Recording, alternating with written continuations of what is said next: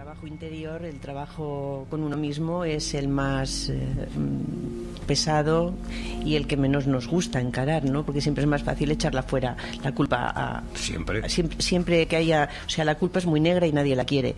Siempre es mejor sacarla... hablando en plata, la mierda fuera, claro, y que se responsabilicen los otros. La culpa la tiene los políticos, la culpa la tiene pues bueno, el vecino, ¿no? Cualquier cosa, o sea, menos uno mismo. ¿Cómo podemos enfocar este trabajo de una manera seria, sin prisa, pero sin pausa, hacia adentro? ¿Qué nos indicarías, qué nos enseñarías tú, qué camino podríamos seguir? Yo primero hablo evidentemente por mí, ¿no? Yo creo que lo primero que hay que hacer es ser honrado con uno mismo, ¿no? Y no mentirse. Ese es el primer paso, porque este paso te abre a la posibilidad de poder ver las cosas de forma distinta. Porque mientras yo esté cerrado a que todo lo que ocurre en mi vida es por cuestiones externas, difícilmente voy a poder entrar en eso. A partir de ahí, el segundo paso creo que podría ser profundizar realmente en los valores que yo tengo, sean los que sean. No es cuestión de buenos o malos, sino los que tengo. Y evidentemente pues toda la carta de navegación, entre comillas, ¿no? o los mapas o los planos que hay de un proceso de evolución interna que hay muchísima información, ¿no? Cada uno pues que coja el que realmente se sienta cómodo y le resuene, ¿no? Para mí evidentemente creo, y así me muestro, ¿no? Creo que la filosofía interna es la que realmente a mí, en mi caso, me ha dado muchas respuestas, ¿no? Pero ese es mi caso. Cada uno tiene que buscar su manual de instrucciones, que resulta que no lo hay, pero bueno, somos libres de buscarlo, ¿no? Porque es trabajo personal y ver realmente qué soy, cómo me comporto, cómo me muestro. En este mundo con tanta información y con tantas posibilidades hoy en día, tendemos a perdernos mucho. Hay tanta oferta, tanta... ¿Cómo se le podría explicar a una persona que a lo mejor no ha tocado nunca nada de este mundo de la espiritualidad o del autoconocimiento? ¿De qué manera podríamos...? Porque, claro, lo de la filosofía suena como un poco un océano muy vasto, ¿no? Lo es. ¿Alguna lectura para comenzar? ¿Alguna indicación, alguna pequeña...? Mira, yo si tuviera que aconsejar, cosa que no hago, ¿no? Pero si tuviera que aconsejar a alguien que me dijera: muy bien todo lo que tú me estás diciendo, muy bien, hay que empezar por dentro, pero dame algo externo, dame una herramienta externa para que yo la tome como salida, ¿no? No sé, yo no me atrevería a decir muchas cosas, porque claro, cada uno resuena con lo suyo, ¿no? Y el problema que hay cuando das referencias a algo es que esas referencias, que normalmente son correctas, pero son correctas para la persona que las ha hecho, no quiere decir que para el que llega sean correctas. No sé, hay el tema del Reiki, que puede entrar desde una suavidad, pero con unos peligros muy grandes, hablando en profundidad. Hay el tema de talleres de sanación, que pueden ser correctos, pero que son muy peligrosos. Y acabaríamos la lista y siempre diríamos que son muy peligrosos. ¿Por qué? Porque todas estas herramientas externas, en lugar de ayudarnos, generalizando, en lugar de ayudarnos a salir y a coger un compromiso, nos ponen más en la comodidad. Entonces, ¿yo qué tengo que decir? Desde mi experiencia, olvídate de libros, olvídate de todo eso y mírate dentro. Porque ahí realmente es donde hay las respuestas de ti. De nada sirve hacer cursos, hacer talleres, porque todos ellos son parciales, son fraccionados, es una parte. Si yo no tengo muy posicionado qué soy y cómo funciono, me voy a perder. ¿Y por qué me voy a perder? Porque eso que voy a ir a ese curso, a ese taller, va a ser muy bonito, pero si yo no lo integro en la totalidad de mí, me va a ser la herramienta para continuar la eterna búsqueda, que los que estamos en este campo sabemos que existe, la eterna búsqueda a través de talleres y cursos y no sé qué, de algo que no puede venir de fuera. Por lo tanto, quizás la meditación sería la herramienta principal. Si entendemos lo que es la meditación.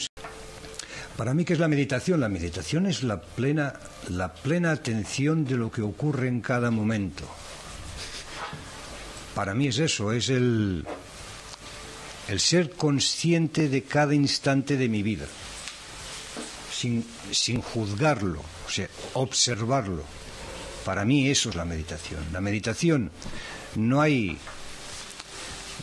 Por favor, hablo de mí, ¿eh? No digo que eso sea la verdad, hablo de mí. Para mí la meditación no es ir el jueves de 6 a 8 a meditar. Para mí la meditación es observarme y observar mi entorno constantemente y durante todo el día. ¿Qué ocurre ahí? Que cuando dices eso, la primera respuesta que te dicen es: qué cansado, ¿no? Qué estrés. Claro, es observar qué es lo que te preocupa, qué es lo que te enfada, qué es lo que no haces bien, qué es lo que deberías cambiar. Eso es meditar, ¿no? Sí, totalmente. Yo también pienso igual. Y después se pueden hacer otros tipos de meditación que te llevan a un estado determinado, donde puedes encontrar una relajación o puedes encontrar una paz. Eso es otra historia. Eso es llegar en un momento dado a un estado concreto donde ahí puedes buscar un equilibrio energético. Eso es otra historia. La meditación que realmente necesitamos es la del día a día, el instante. Pero para que eso sea posible, tengo que ser consciente de mi instante. Es que ese tipo de meditación también te puede ayudar a estar en un estado de paz para que tú puedas conocerte y puedas interiorizar más profundamente. Porque estás sin preocupaciones, relajado. Bueno, puedes mirar hacia adentro desde otro punto de vista. Cuando hablamos de esto, evidentemente no estoy hablando de alguien que sabe meditar mucho, como puede ser un yogi. No estamos hablando de este tipo de personas. Estamos hablando de la persona normal en el mundo occidental. La prueba es muy correcta. Puedes hacerlo, no pasa nada. La pregunta es la que incordia después. ¿Realmente de eso te ha servido de algo? ¿Tu vida ha cambiado con ese proceso o la lucha después la has tenido aquí? Claro, sí. Cada uno tiene sus herramientas, todas son correctas. Claro, si estás en un estado de esos que no piensas en nada, pero claro, luego no te sirve para buscar dentro tuyo. Claro, no sirve de nada, siempre tendrás que estar meditando y meditando. Y cuando tienes un problema, en aquel momento no lo sabes resolver. No hay tiempo de meditación. No. Una pregunta. Mira, últimamente sale mucha información sobre que estamos viviendo en un holograma. ¿Qué crees tú de esto? La vida es un holograma. Porque definitivamente si entendemos lo que es el holograma, que es lo que es en profundidad, sabremos que cada célula nuestra es un holograma de todo lo que somos nosotros. Entonces la vida es un holograma de todo lo que somos nosotros. Pero a mí lo que me divierte un poco es lo que eso hoy quiere decir o lo que quieren decir con eso, ¿no? Es que no se entiende muy bien, entonces. Porque no se le da la lectura correcta, porque estamos en lo mismo. El estudio que se está haciendo hoy de que la vida es un holograma, que es muy antiguo eso, no deja ser una técnica o un título a algo para que la gente en una forma fraccionada y parcial trabaje algo. Estamos siempre en lo mismo. Títulos hay muchos. Entonces, ¿qué importancia es saber que somos un holograma? Somos un holograma. Cada célula de nosotros contiene todo lo que somos nosotros. Entonces, ¿qué importancia tiene eso a nivel de terapia? No la veo, porque todo pasa siempre por lo mismo, trabajo personal. Porque lo de la Matrix sería más o menos, también se habla mucho de la Matrix, ¿sería más o menos lo mismo o...? Bueno, la Matrix, cuando hablamos de la Matrix hablamos del conjunto, ¿no? Hablamos del conjunto y estamos otra vez de lo mismo. Antes se le decía Gaia, Tierra, Matrix, Universo. Estamos hablando lo mismo. Estamos diciendo los mismos conceptos de hace 6 o 7 o 8 mil años atrás con distintas palabras. Pero hoy hay una diferencia hace 2000 años atrás. Hay una diferencia que antes las cosas... Hablando de lo que estamos hablando. Antes las cosas eran desde la globalidad, desde el concepto de todo. Hoy, por esa gran información que tenemos, todo se ha fraccionado. Entonces hablamos de pequeñas cosas o de pequeñas partes que si no las unimos con el todo, carecen de efectividad. Y eso es lo que nos ocurre hoy en el campo de la espiritualidad o en el campo de las personas, pues que estáis de alguna manera... o estamos, ¿no?, en esa apertura hacia los demás, ¿no?, que no explicamos las cosas desde una totalidad, explicamos las cosas parcialmente y ahí la gente se lía mucho, nos liamos mucho, porque a todos nos ha pasado. Entonces quizá para mí es muy importante que ese concepto lo tengamos claro.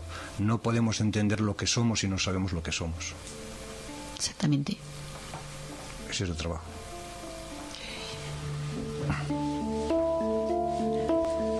Me pasan una pregunta, supongo que es al hilo de lo que hablábamos de la holografía o del holograma. ¿Hay una simulación informática con respecto a esto? ¿Hay algún trabajo detrás de todo esto que tiene que ver con una simulación informática? A nivel técnico no sé si lo hay, supongo que sí debe haberlo, evidentemente. Pero, repito, no es que haya, para mí no es que sea importante, porque yo tengo muy claro que una parte lo contiene todo, que es el principio del holograma, ¿no?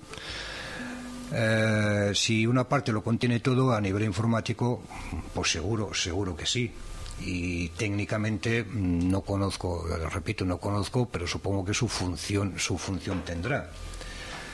La otra cosa que sí que nos debería preocupar un poco, hablando desde este principio del holograma, que una parte lo contiene todo, es saber también que una parte de la sociedad también lo contiene todo, y en ese todo está todo, y ser conscientes de eso. Y cuando llegas a que una pequeña cosa puede representar todo lo que hay, o todo lo que hay está representado en una pequeña cosa, nos tendría que dar mucho a pensar, que va un poco a hilo de lo que hablábamos antes de los cambios que necesitamos a nivel social. Si no hacemos un cambio a nivel interno, que en el holograma de la sociedad sería una pequeña parte, si no hacemos el cambio ahí, difícilmente se va a producir el cambio fuera. Yo hay una cosa que me llama bastante la atención con respecto a la meditación y con respecto al conocimiento y al trabajo interno. ¿Qué es mejor, pensar o sentir? Toda la vida sentir y después pensar. ¿Y no crees que en el proceso de sentir y luego pensar nos podemos crear como un error ahí, hay perdernos Es muy fácil. Es muy fácil porque debemos tener muy integrados cómo somos y cómo funcionamos. Debemos tener muy claros que una cosa y verlo en nosotros, ¿no? Saber qué es el pensar y cómo pensamos y qué clases de pensar hay, no de pensamiento, de pensar, ¿no? Tenemos que integrar en nosotros realmente qué es nuestra mente, qué es nuestra parte egoica, qué es la mente racional. Tenemos que tener muy asentados ¿Qué entendemos cuando decimos que somos seres espirituales? ¿Qué entendemos cuando decimos que somos ego? ¿Cómo estamos relacionados? Si todo eso no lo tenemos integrado, todo lo demás, es lo que hablaba, son piezas externas y solitarias que son de muy difícil encajar. A nivel del pensamiento, no hay que pensar. No hay que pensar, a ver cómo se hace el no pensar, porque el propio hecho de decir no voy a pensar, ya estoy pensando. Pensar es bueno o malo. La acción de pensar es correcta y necesaria como seres humanos que somos. Otra cosa es lo que pienso y cómo lo pienso, y desde dónde lo pienso. Y ahí entra lo que hemos hablado en más de una ocasión, lo que es nuestra mente psicológica. El hecho de pensar en una mente racional es correcto y tiene que ser así. Yo para hacer algo tengo que pensar, porque si no pienso difícilmente lo voy a poder hacer y tengo que tener memoria. Pero es una parte más práctica, digamos. Es la parte racional, la parte de supervivencia, la parte animal. Tengo que pensar dónde he dejado el coche para poder ir a él y que me lleve a tal o cual sitio. Pero ese es un pensamiento correcto, por así decirlo, ¿no? Racional.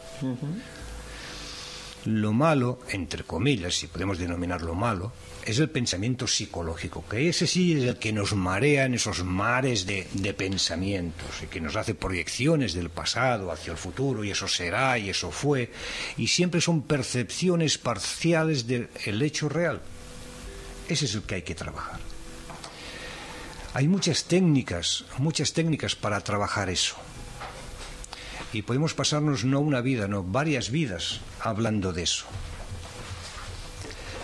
Pero para mí, el no pensar o el pensamiento que de alguna manera tenemos que eliminar, no lo podemos hacer desde una confrontación, es decir, desde un no pensar, sino lo tengo que hacer desde un ¿qué tengo que hacer para no pensar?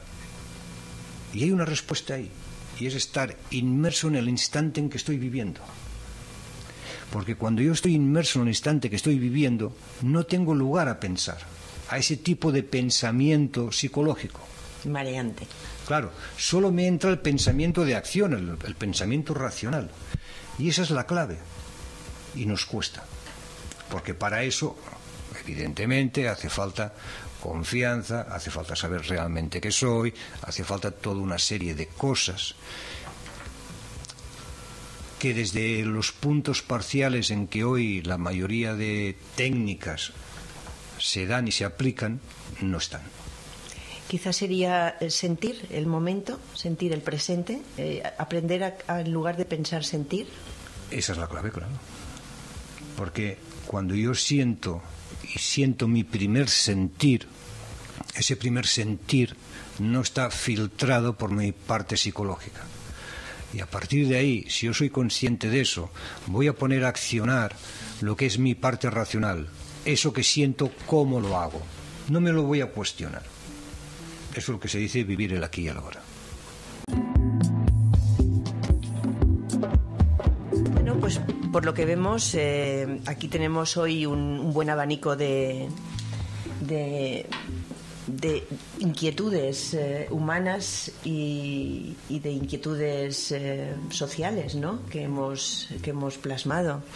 Hemos hablado de valores, hemos hablado de la polarización de la sociedad, hemos hablado de compromiso, hemos hablado de honradez y profundizar en esos valores y en esos compromisos, y hemos hablado de qué herramientas se pueden utilizar para llegar realmente a un movimiento más profundo social, o a un movimiento de conciencia social, para poder cambiar un mundo que teóricamente nos está apretando ya, ¿no?, las costuras. Por suerte. Y bueno, pues no sé. También se puede comentar que dicen que en unos 30 años habremos generado inteligencia artificial con conciencia. Y si dentro de 100 creamos mundos virtuales donde vivan estas conciencias individuales, ¿qué seremos nosotros para ellos? ¿Dioses? ¿Creadores? Es una pregunta muy compleja, pero bueno, ¿hay alguna cosita que puedes decirnos sobre esto? Tirando hacia el futuro, que todo eso es posible y supongo que llegará. Tirando hacia el futuro, la mejor manera de entender el futuro en muchas ocasiones es mirar el pasado. Si entramos dentro de lo que es el tema de la mitología, de alguna manera lo que es el ser humano como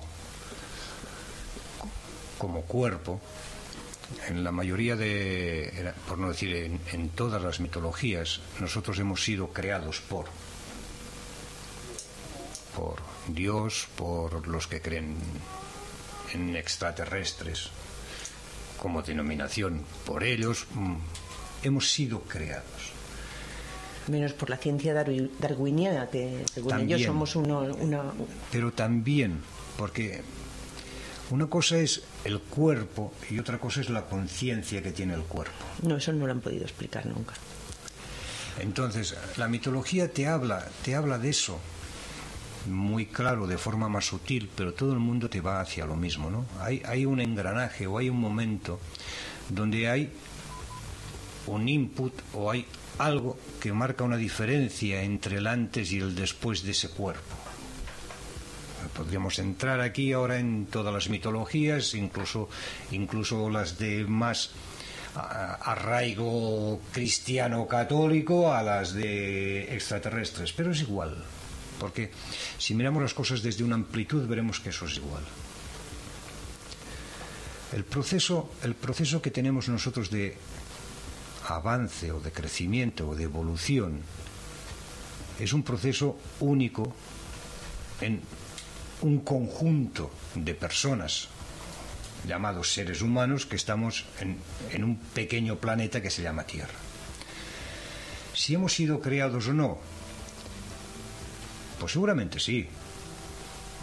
Y si hemos sido creados se supone que por alguien tecnológicamente más avanzado, lo cual quiere decir que nosotros, a medida que vayamos avanzando tecnológicamente, también podremos hacer eso en otros sitios.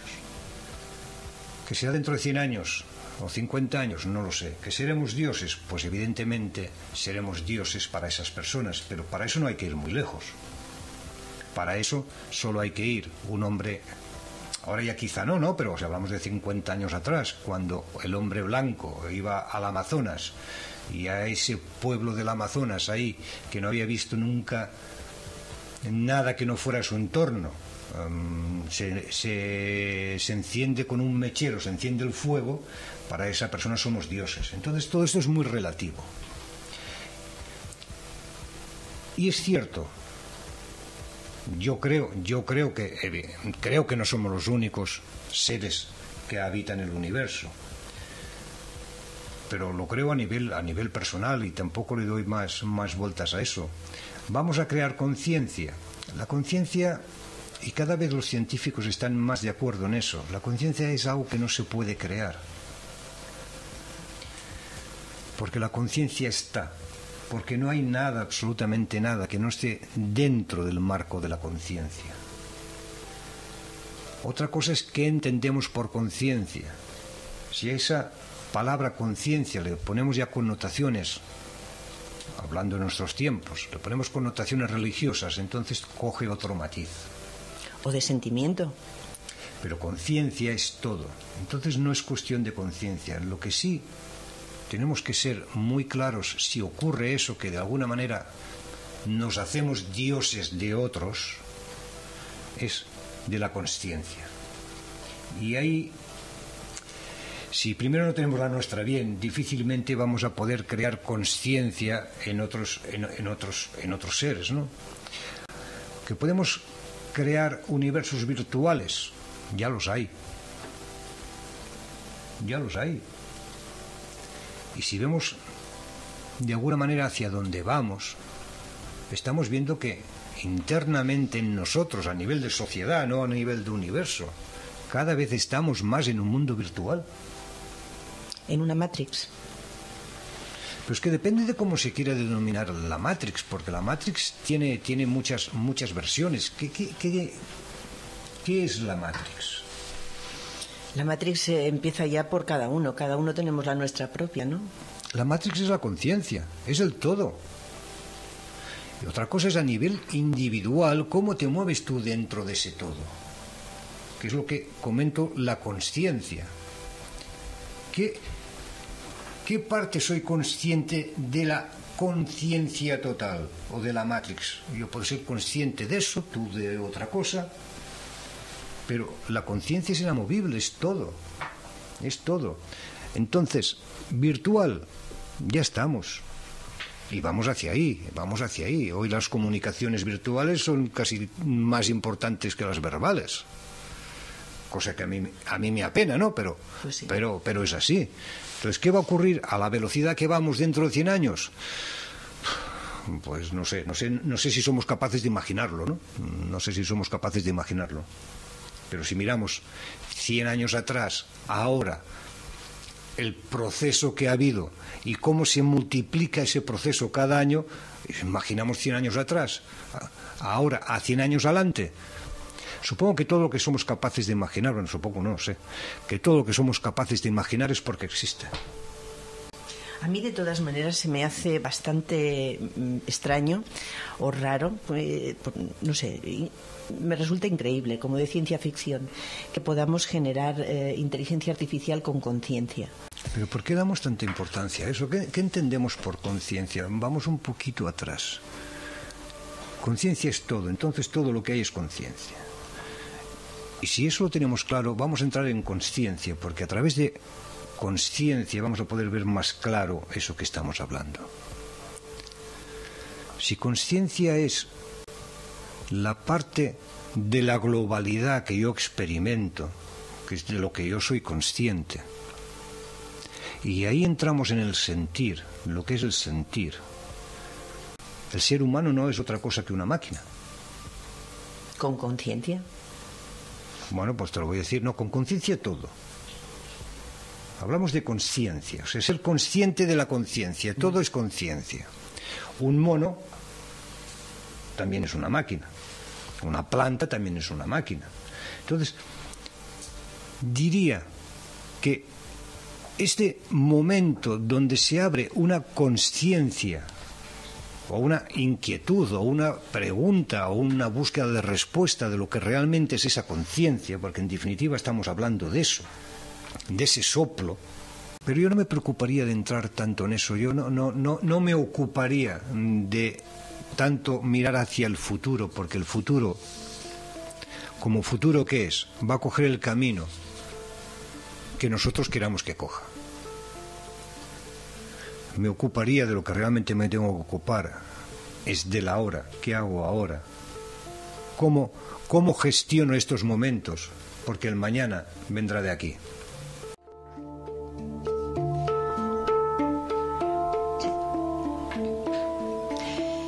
Una charla muy interesante y bueno, lo importante es tomar conciencia de nosotros mismos. Siempre. Y bueno, ir tirando para adelante y bueno, no dejarnos manipular por los demás y bueno. Y por nosotros. Y por nosotros mismos, sobre todo, porque muchas veces entramos dentro del victimismo y entonces nos vamos como regocijando, ¿no? Algo que nos preocupa, nos vamos con ensañamiento y alevosía, ¿no? Nos vamos machacando y flagelando. Y muchas veces, bueno, tenemos que tener claro y decir, bueno, si sigo por aquí me estoy haciendo daño, y mirar primero en un presente, en un aquí y el ahora, dejar el pasado, y el futuro ya va viniendo conforme vamos avanzando. El futuro nos lo vamos haciendo nosotros día a día. Es que el futuro no existe. Exactamente. Y le damos tanta importancia al futuro, a algo que no existe, que nos perdemos ahí. Pero eso no lo podemos comprender si realmente no comprendo qué necesidad tengo yo de estar en el futuro. Claro, siempre estamos en el hoy. Mañana será el hoy. Pero cuando yo entro ahí, porque una cosa es lo que se habla y otra cosa es realmente la verdad interna de cada uno, de alguna manera siempre hay una proyección al futuro, y no entendemos que esa proyección al futuro es una falta de seguridad en nosotros. Y si entramos en en el juego de la seguridad, que es eso que todos necesitamos, esa seguridad, pero que a la vez todos sabemos que no existe esa seguridad. Entonces, ¿dónde queda el futuro? Y nos perdemos ahí. Y en este proceso, que ya lo he comentado, me parece que aquí, en alguna ocasión, en ese proceso de ir del pasado al futuro, nos perdemos lo que realmente es vivir, que es el ahora, es el instante. La vida está ahora, en el instante, más que en el presente, porque el presente, a nivel conceptual, entendemos el hoy. Sí, el presente es más importante. Más el instante. Desde el instante es donde yo realmente estoy vivo. De ahí sale la pasión, de ahí me sale todo mi sentir, sea de alegría o sea del enfado más grande posible o de la tristeza. Todo está en el instante y nos negamos a vivir eso. Cuando es bonito el instante, perfecto. Cuando ese instante no es bonito, entonces ya queremos salir de ahí. Nos evadimos, lo escapamos, no queremos, nos lo perdemos. Y esa es la clave, o sea, cuando los maestros hablan del instante, del vivir ahora, es vivirlo todo, no vivir solo lo que me gusta.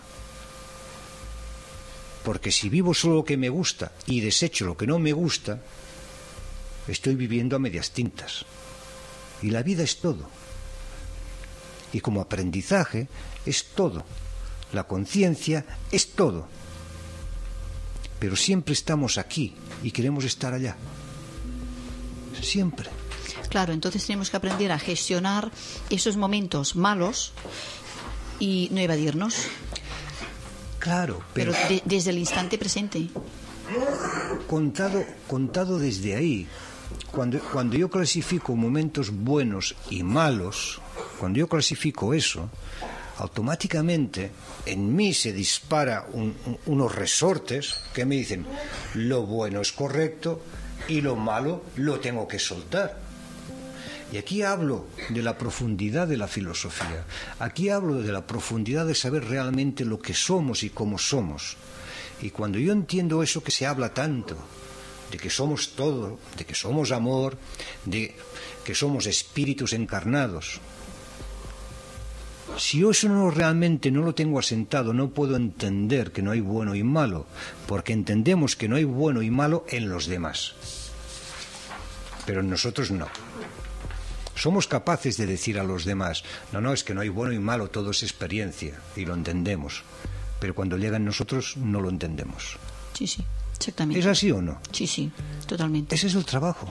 No hay bueno o malo, es todo experiencia. Sí, a veces hay malas experiencias que luego nos ayudan a tirar para adelante, a ver una serie de cosas que antes no veíamos, gestionar nuestra vida mejor. Yo diría que no a veces hay, yo diría que todas son. Siempre, sí. Siempre y cuando lo sepas gestionar bien y estés en el instante, porque claro, si te evades, aquello se volverá a repetir hasta que... Bueno, hay el dicho ese, ¿no?, que una experiencia mala o un momento malo hablando en todos los ámbitos puede ser pues eso, malo, puede ser una putada, hablando claro, o puede ser una oportunidad para crecer. Cada uno tenemos la opción de ver desde un punto o desde otro. Si yo lo veo que eso es malo, evidentemente me voy a querer ir, cambiar. Si veo que es una oportunidad, voy a poner toda mi atención en esa situación que me está diciendo y de ahí sacaré una oportunidad. La vida está llena de ejemplos de gente que ven desde un punto y desde otro. Totalmente. Bueno, yo para ya acabar esta amena, ya ha pasado el tiempo. Amena conversación, casi no queda mucho. Querría que nos dijeras, tal como hemos acabado, tal como hemos empezado, digamos, a acabar, que hagas una pequeña quiniela y que nos digas cómo ves tú hacia dónde nos lleva todo este proceso político-social, esta convulsión que estamos viviendo en este momento en Cataluña como sociedad. ¿Crees que realmente hay esperanza? defíneme un poco esperanza, porque si hablamos de esperanza hacia un resultado. Yo diría esperanza de contentar a tanta gente que está necesitada de respuestas. Yo creo que sí. Supongo que eso va a ayudar a que se abran un poco los ojos a una forma distinta de entender lo que es este país, lo que es España, ¿no? No vamos a entrar si nación o no nación. A partir de ahí hay dos opciones y están muy claras, si es un sí o un no. Pero hay que ser un poco, usaría la palabra inteligente, para ver que un sí puede ser malo o tan malo como un no, depende cómo se gestione este sí. Si yo creo que si la base es un diálogo, es un entendimiento, es un acercamiento de posturas, no es un no separación, sino es desde una unión. Creo que el proceso puede ser bonito y puede ser importante. Si la parte del sí o del no tienen encuentro, pues va a ser unos momentos conflictivos. Tanto sea una cuestión o otra, una resolución o otra, va a ser importante y va a haber un antes y un después, porque a nivel social se ha movido una conciencia más profunda de unos temas que están ahí aparcados y que de alguna manera continuamos echando culpas a los demás.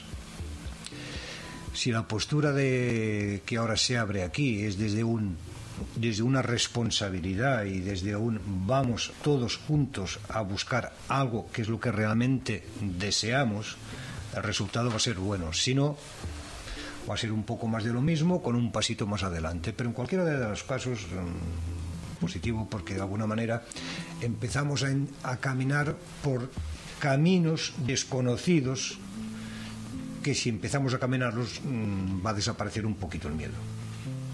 Muy bien. Pues muchas gracias, Albert. Ha sido una entrevista fantástica. Esperemos que el mes que viene puedas estar aquí con nosotros. Esperemos. Y bueno, yo me despido de vosotros. Soy Ángels. Pues yo también decirte que muchas gracias por esta entrevista tan especial y tan al hilo de la actualidad, de la rabiosa actualidad. De la rabiosa actualidad, del aquí y el ahora. Exacto. Y en la que, pues bueno, nos han quedado algunas cositas más claras y hemos podido debatir contigo y hablar y nos has podido explicar cosas muy interesantes con respecto a la condición humana. Pues sí, y el mes que viene a ver si ocurre lo mismo, podemos estar aquí, podemos hablar y de alguna manera pues compartir esos instantes, ¿no? Pues así lo esperamos también. Yo me despido también de los oyentes dándoles las gracias y deseándoles un muy feliz año. Mi nombre es Ana Baute, soy terapeuta.